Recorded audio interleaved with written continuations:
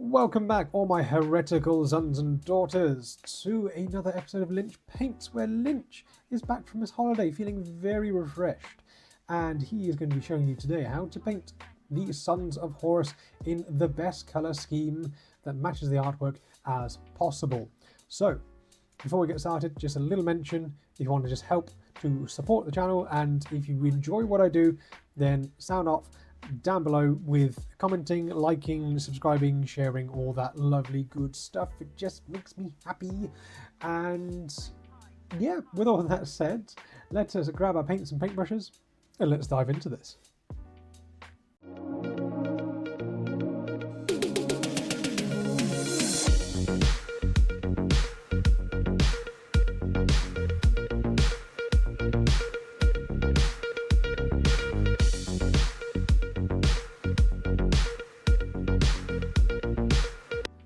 However, before we get started, we're going to need a selection of paints, and these are all the ones I've used in this video today, especially these two at the back from Vallejo. Now, in terms of brushes, we're going to need a medium-sized brush, and of course our teeny tiny brush for all of those teeny tiny places. So we're going to kick things off with using a black acrylic primer going all over our little marine, and then what we're going to do is we're going to grab some of this lovely German uniform from Vallejo. Now, I have done one of these before with painting the Sons of Horus, and it was a few years back mine, so quality probably isn't as the same as it is now, I hope. But am I going to do much different? Probably not, because, well, this paint is just the perfect paint to do Sons of Horus. So let's grab a medium-sized brush. I've just wetted the brush just a little bit just to get a nice flow. And then we're going to start out by just going over all the armor panels. I'm going to save probably this shoulder pad, maybe a knee pad or two, to have it in black. But the rest is going to be in this German uniform green.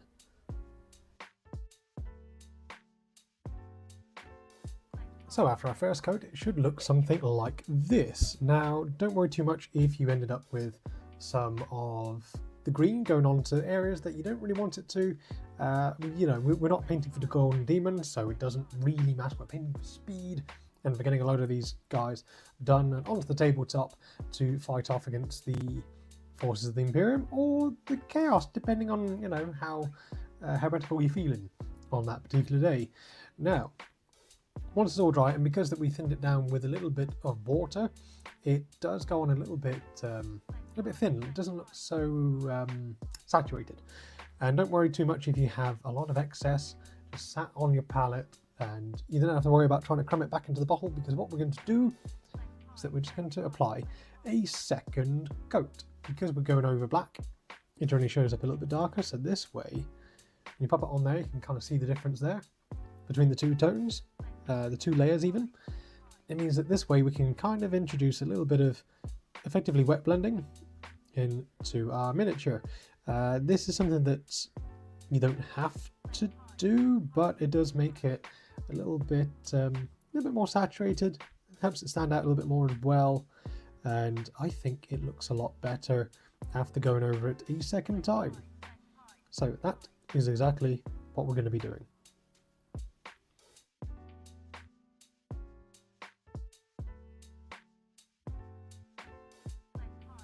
So after the second coat, it should look something like this. Now, I had gone back over and just tidied up a few areas using a little bit of black. I just used this contrast black just because it was just there to hand with my little teeny tiny brush to get all those teeny tiny places. So that's done for now. While we've got some still left on our palette, we're then going to grab some of this blue grey pale, again from Vallejo. I'm just going to grab just a little tiny bit. It's a bit watery, this one. I'm going to mix in a little bit of this in with our German uniform, just to create a lighter shade, and this we're going to use just to do a little bit of selective highlighting.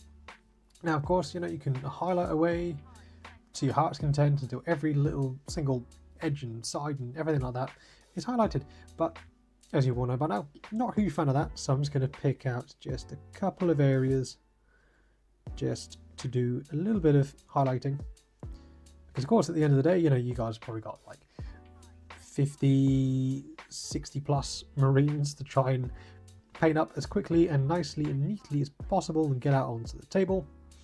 So the less time flapping about with stuff like this, the better. So you can just pick out just a couple of areas that are mainly on the focus point of the model, which is going to be the front, and obviously from the top, because a lot of the time you're not going to be like gaming, battling sort of thing when you are looking exactly dead level with the table. So just pick out a few areas. Again, if you like to highlight and do all that kind of stuff, go right ahead, do it. If it makes you feel good, do it.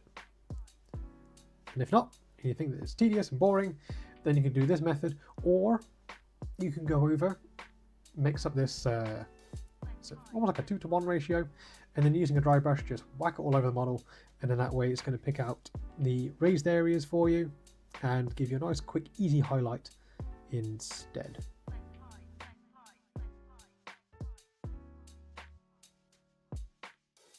So now we're done with that boring step of highlighting, and to be honest, I could have made it a little bit lighter, but I'm not a huge fan of the really oversaturated, really poppy highlights, because I think it just looks really cartoonish, very 40k like. I much prefer the more subtle highlights that you should be able to see, and if not, doesn't matter, because hopefully you're painting along anyway, you can see it on your own model instead. So I'm going to move over using some null oil, and we are just going to go into a few of the recesses just to add a bit more contrast and tidy a few things up as well, just where we kind of overspilt into the little gaps in the armor here and there. And this step shouldn't take too long at all. You could use Agrax Earthshade if you wanted to. It depends on if you want to go for a more warm look or a sort of darker, cool look, like with the null oil. And so the choice is entirely up to you. It won't really affect massively the outcome of the miniature, so long as all the little bits are done, it shouldn't really matter.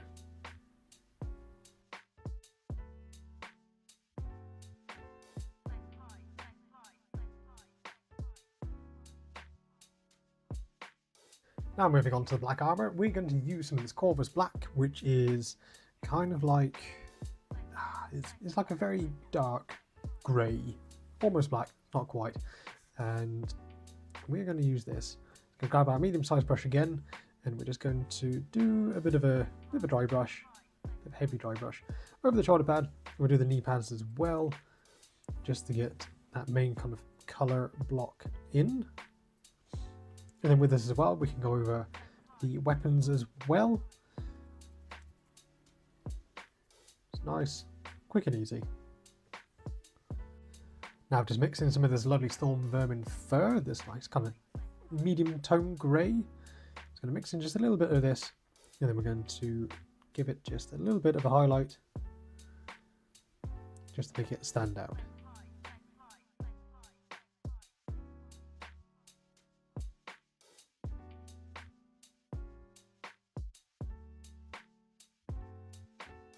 Now, I did forget to mention before, when we were doing all the kind of the black areas, is also just to do the shoulder pads as well. Sorry, the trim, shoulder pad trim as well. You could paint it gold if it's a character, or silver, or whatever colour you like.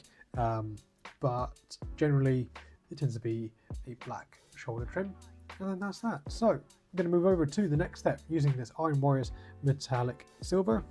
Again, just using our medium-sized brush, or if you got like a bit of an old knackered fluffy brush, which this is starting to go that way.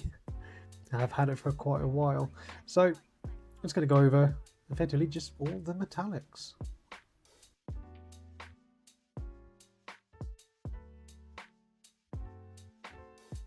Now the rivets are entirely optional, but if you want to, then just grab yourself a nice small pointed brush and just go over all the little rivets and wobbly bits. Reinforcement studs, that's what it is. But again, you don't have to. If you wanted to save time, just ignore it and move on to the next step.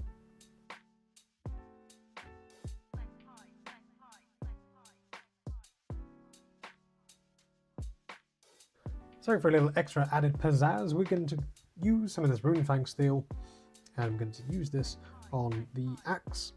So I'm just going to use it on the blade, on the angled side. And again, you know, you could spend a long time making it look really, really nice, doing all the effects and stuff, but just a simple coat just over the angled edge, just like that.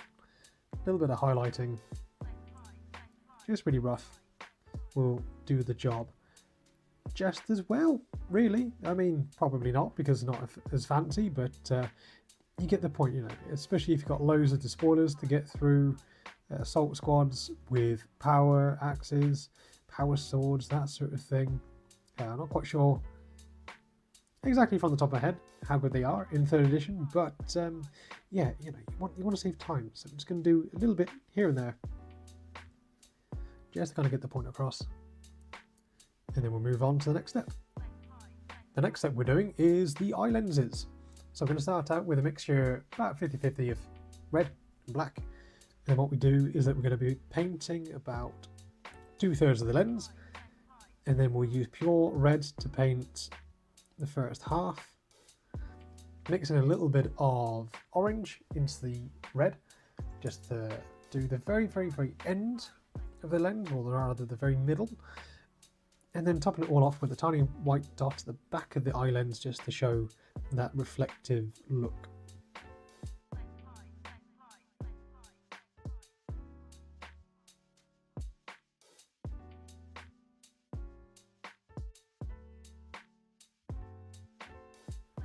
So now we are ready to do the famous Eye of Horus. So I'm just going to wet my brush just a little bit.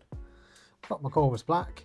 Of course, if you have it, use Abaddon Black. I keep forgetting every single time I'm going to the hobby shop to get Abaddon Black. And I end up walking away with a completely different paint that I knew I needed anyway. And every time I just forget to get Abaddon Black. So hopefully next time I remember. So I'm going to use this instead. It's as close as I can get. Now, a teeny weeny tiny brush for these soon to be teeny tiny places. Very, very symmetric. It's very, yeah. So obviously, if you have transfer sheets, use them. But if you want to give this thing a go, then definitely give it a go. And I'm going to stop waffling now and get to it.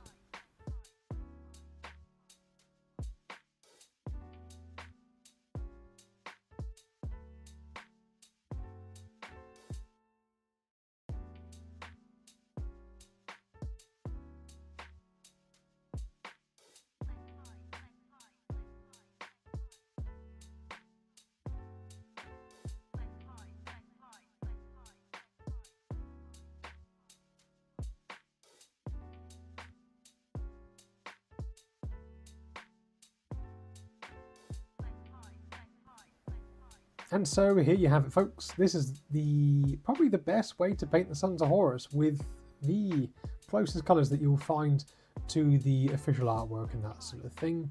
The Vallejo colours are fantastic. They really, really nail that proper sea green Sons of Horus look that, of course, I'm sure they're all willing and wanting to achieve. And yeah, this has probably been, I mean, out of the hundreds of Sons of Horus miniatures I've painted, this is the first one I've actually painted for like on a shoulder pad. I mean, I've done banners before, and when they're much larger, it's much easier to get the proportions just right. But it was a bit tricky, but I think it turned out pretty well in the end.